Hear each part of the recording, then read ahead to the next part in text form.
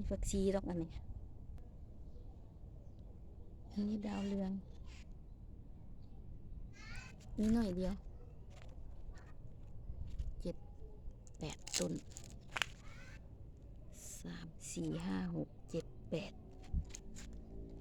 3-4-5-6-7-8-9 ต้นนิดหน่อยอันนี้มะกะเล็ด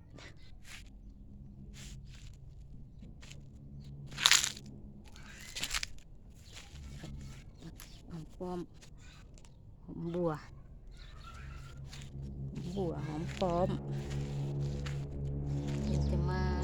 สีเหลืองอันนี้สีเหลืองอันนี้สีขาว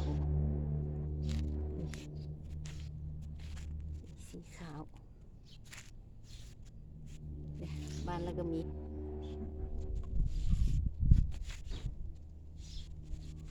สีอันนี้มากระเล็ดเหี่ยวเบิดเนี่ยยอดทบมันฮอน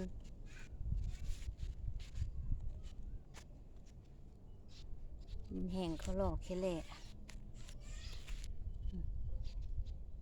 นี่สีขาวเป็นจะมาสีขาวนี่สีเหลืองมาปนกัน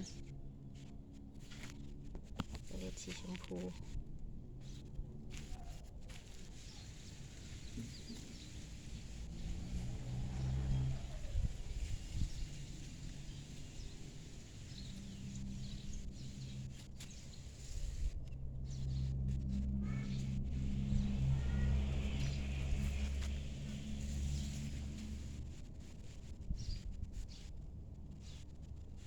อันนี้สีขาวดอกหลาย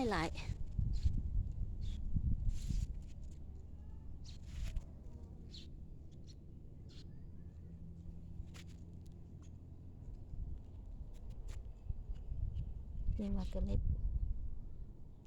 ทะเลบานนี่ดาวเรืองฝรั่ง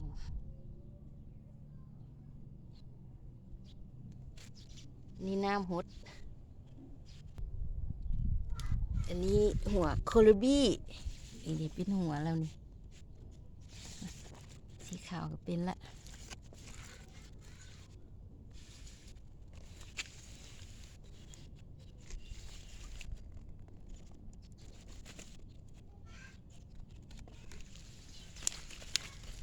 สีม่วงจะหัวใหญ่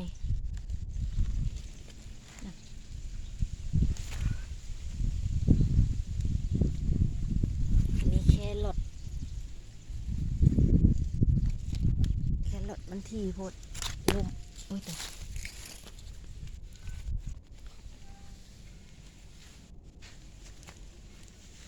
ซุมนี้บานแล้วงามบ่มีหลายสีเหลืองนี่ดอกนี้ตะกี้เป็นสีส้มเลยนี่มันเลยเป็นสีเหลืองนี่ดอกน้อยๆนี่งามเบญจมาศแค่นี่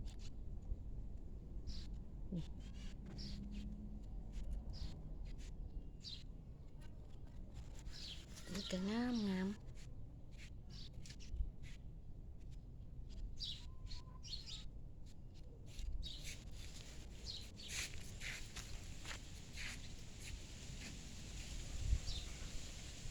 สีแดงสีเขียว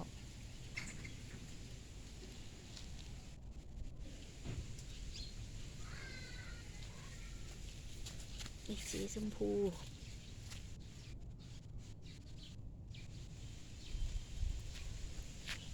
สีเขียวกำลังบาน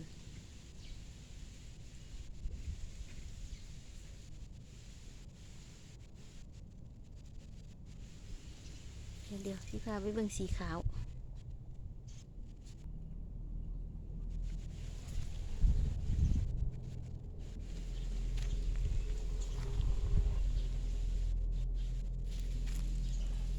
สีขา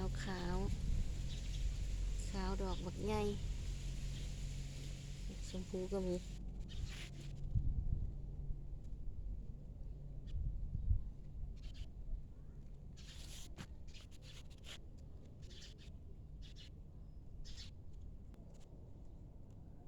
สำนีละพี่น้องพาไปเบิ่งดอกไม้มาแล้วก็มาจบคลิปอยู่ในเฮือนกดไลค์กดแชร์ให้สาวแดนไกลเด้อคันดอกไม้งามก็กดไลค์กดแชร์ให้แน่ขอบใจหลายๆ